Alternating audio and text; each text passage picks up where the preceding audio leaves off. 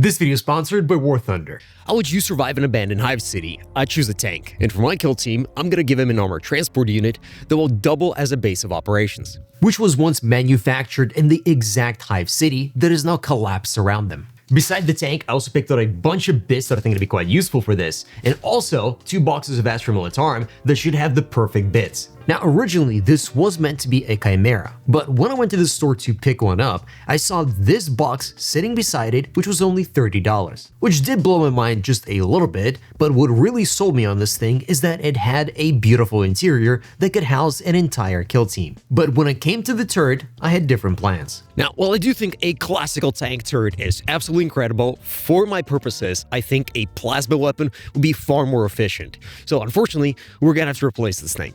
To source the plasma weapon, I fully expected to use the one from the Sentinel, but this thing was absolutely tiny and I don't think we can blame it on the cold. But when everything seemed dark, I found this absolute chunkus monstrosity, which I've had sitting in my collection for close to 5 years now. Now, at first I thought I could use the original mechanism, but I didn't really think it'd be a good fit for a plasma. But without it, we were left with a massive hole. And I did have an idea for a solution, that is Plasticard. The only problem is that the only experience I have with this stuff is that tiny little corner. However, I had a good feeling about this. All I have to do is cut out a small rectangle that will match the size of the panel. However, I still don't really trust this stuff, so I ended up using a lot of sprue glue to reinforce it and fill in some of the gaps that were left over. And this turned out better than I expected. Next, I measured up the gun against the area that I had left over and cut out another rectangle that'll be the lower plate. But here things did get a little bit more tricky as I had to cut out a middle section to match the position of the plasma weapon. And with a little bit of carving, I was left over with something that actually looked pretty good. Then right as I was about to attach it, I suddenly had a cool idea. Plasma weapons are known for 2 things, their incredible power and their instability, and I thought I could create an interesting solution for the latter by attaching a massive pair of heat sinks at the top and several small plasma flasks which will be outside the turret. Now, I'm sure you might be a little bit confused as to why I said that a plasma weapon will be far more efficient than a traditional cannon, and that primarily comes down to the purpose of this weapon. Since this tank isn't meant for some grand scale battle, I want this plasma weapon to essentially be a massive skeleton key that can quite very literally blast open any door or any of those unfortunate fools who dare take on this kill team. Now, without an obvious way to attach it, I chose to pin it to the side of the turret itself. This was mainly as a temporary solution until I can get the bottom section fitted in.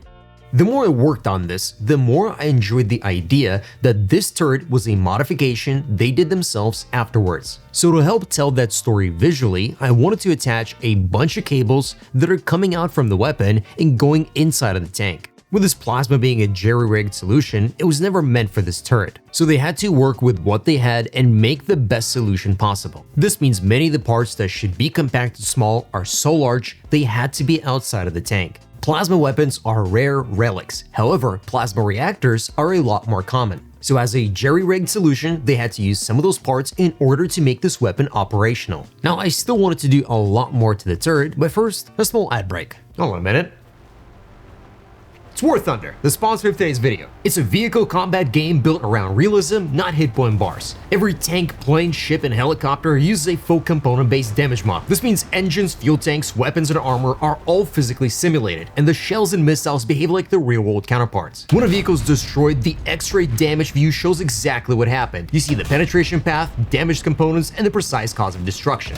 And there's a mode for every player. Arcade for fast action, realistic for balanced authenticity, and simulator for maximum realism, with my personal favorite being realistic tank battles, where you literally use a pair of binoculars to scout the battlefield and spot the enemy. With over 2,500 vehicles from 10 nations, deep customization, and a heavily optimized engine, it delivers smooth performance even on low-end systems. War Thunder is available for free on PC, PlayStation, Xbox, and mobile. And make sure to use the links in the pinned comment and the description to sign up today. New and returning PC and console players who haven't played in 6 months get a massive bonus pack, including exclusive Ego of Valor vehicle decoration available for a limited time only. And back to the video. I also had an additional idea. I want to grab one of these bikes and essentially attach it onto the tank itself so that I have a scout vehicle. It's something that I saw in a World War II photograph and I just thought it was absolutely awesome. Coincidentally, I had a box from Gene Stealers that had a bunch of dirt bikes that were almost a perfect match for them. But as with many of the kits, they did have a bunch of parts still attached to them, so I had to do a little bit of modification, specifically to the wheel, where I had to scrape away a big chunk of it and then try to make a little bit of a thread manually. The big bonus of this being a Gene Stealers kit is that it has a bunch of different mining equipment that I can attach onto the bike, which will be perfect for a scout vehicle, especially some good old dynamite to open up a new path. Initially, I did think perhaps I can store it inside of it, but given the limited space, it doesn't really make much sense, and there's just so many other things that they can store, but I think going behind the turret will be a far better place. Fortunately, I had this piece left over from the tank kit itself. Something about it just made it look like the perfect rack for a bike in the 40k universe, which has the ability to mag lock the bike onto it, as this was once a storage solution inside of a warehouse. What's also quite useful is that by moving the turret, you can use the side of the tank as a ramp so they don't have to carry it up there, providing a surprisingly easy access to something that would otherwise be difficult to reach. As I was quite determined to use at least one part from the Sentinel, I thought this lamp would be a great idea because the visual of a searchlight inside of a dark Hive city going up and down the walls just seemed incredibly cinematic and honestly, really cool. Now, my plasma cannon is a massive and powerful weapon, but it also takes a while to reload. So we need a secondary weapon that's also quite powerful, but a little bit more reliable. And I think the melted gun is the perfect solution for that. It's powerful enough to take out the heavily armored units, allowing the infantry of the kill team to focus on the smaller targets. And as a warning to anybody who dare shoot at this tank, I also found a pair of skulls on a stake, which felt like the perfect warning sign. There was also this additional bit that had 2 machine gun belts and some dynamite that I chose to place right behind the melted gun because it would allow the person coming out of the hatch to easily grab those dynamite sticks and just start throwing them about. Now, in many of the World War II photographs that I could find, the turret is often used as the storage place for all the different backpacks and satchels rather than the body of the tank itself. And something that I knew I simply had to include was a jerry can, which historically has been considered such an incredible design that it's no surprise that it survived all the way into the 40k. However, even with all of these incredible details, we were still missing the most important thing: the commander of the tank. And this Cadian Shock Troop box had the perfect miniature for this. Not only will this look incredible, but it'll also provide a very important sense of scale to the tank itself. Now, in theory, I only needed the top section of this miniature as he will be sticking out of the turret. But then I thought, what if I could preserve the bottom half using the power of magnets?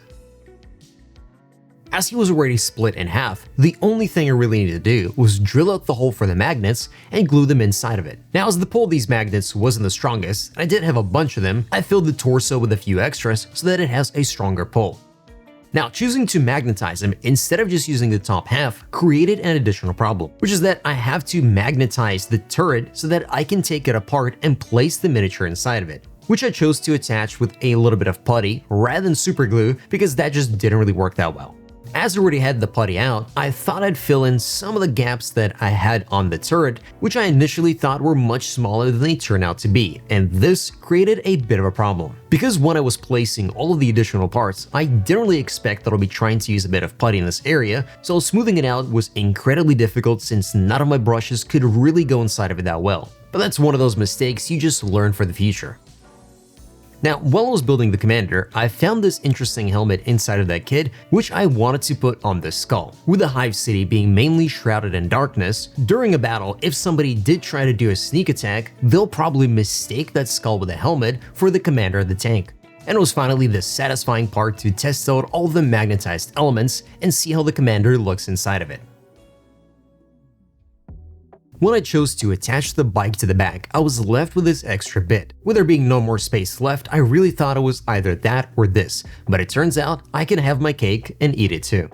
Not only that, but it had an additional bonus that it made the bike stay on there much more securely, so now a small gust of wind doesn't accidentally knock it over. Then for the body of the tank itself, I chose to attach a bunch of different accessories, including a massive flamer that would simply not fit anywhere else.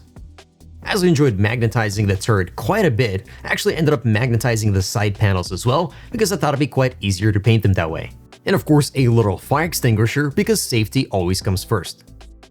Now for the front of the tank, I really wanted to add a few more gothic elements, and I had these really cool scrolls from a Sisters of Battle kit. To provide some additional horsepower to this tank, we of course needed to add a wooden spoiler, so now this thing should go at least 5% faster. As much as I love the look of a guardsman drive me closer, I want to strike him with my sword, I thought it'd be a pretty good idea, just in case, to give him an optional las gun. And of course, anybody using a las weapon will need some way of recharging them, so this portable station will allow them to do just that. And of course, why not add a trophy of a horrifying chaos creature that they defeated early on in their campaign.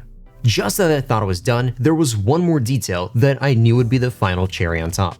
A visual representation for the wheel that locks the hatch in place. And in an upcoming video where I'll be making the rest of the kill team, I will also be painting the tank and all of them combined at the same time. Or so I thought, because you see, I wanted to paint the commander, then I painted the motorcycle, and now we just have to paint the tank.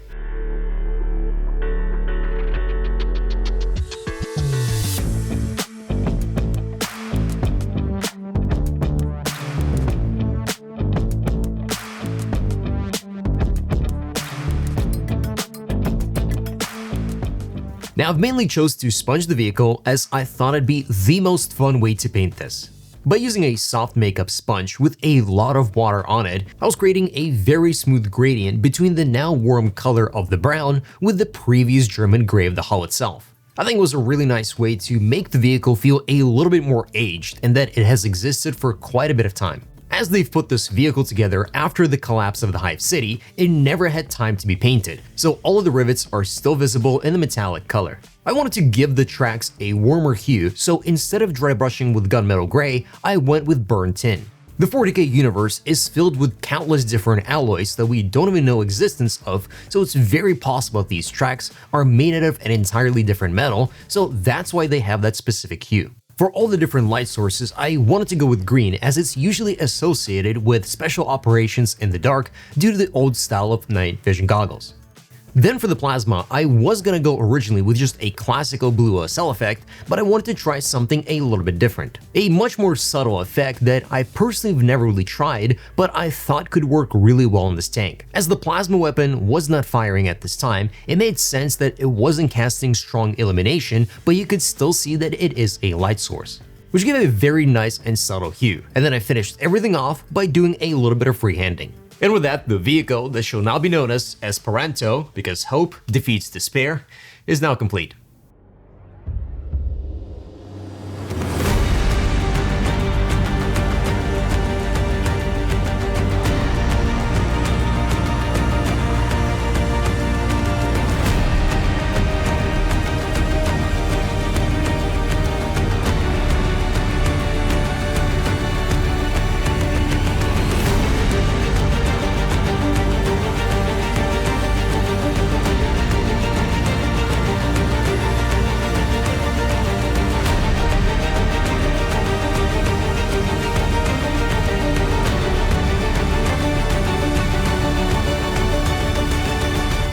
And thank you to War Thunder for sponsoring this video. And make sure to use my links in the pinned comment and the description to sign up today. New and returning PC and console players who haven't played in 6 months get a massive bonus pack, available for a limited time only.